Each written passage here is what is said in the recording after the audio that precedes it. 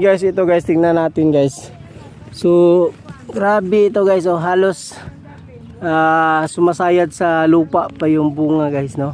So, napakaliit pa niya guys, pero nagbunga na.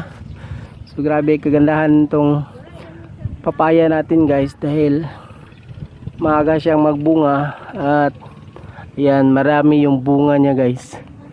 So, napaganda talaga yung variety na ito guys.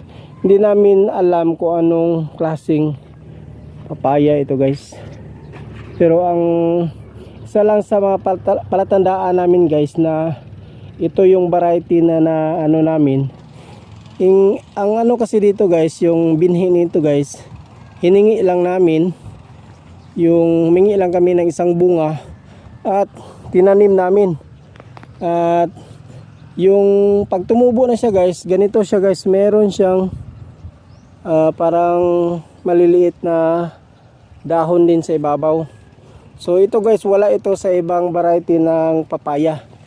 So ito lang na klase guys, hindi namin alam kung anong variety ito. Hindi naman siguro ito yung red lady, pero kagandahan dito guys, mas mapula pa siya guys kaysa red lady. Ayan, so mas mapula siya at napakatamis niya guys.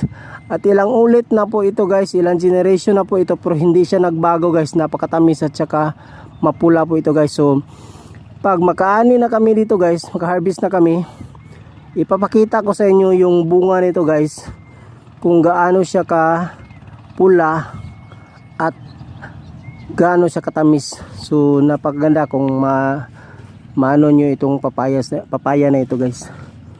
So ayan, oh, so grabe, halos sumasayad na sa lupa yung bunga niya guys. Yan yung papaya namin guys dito.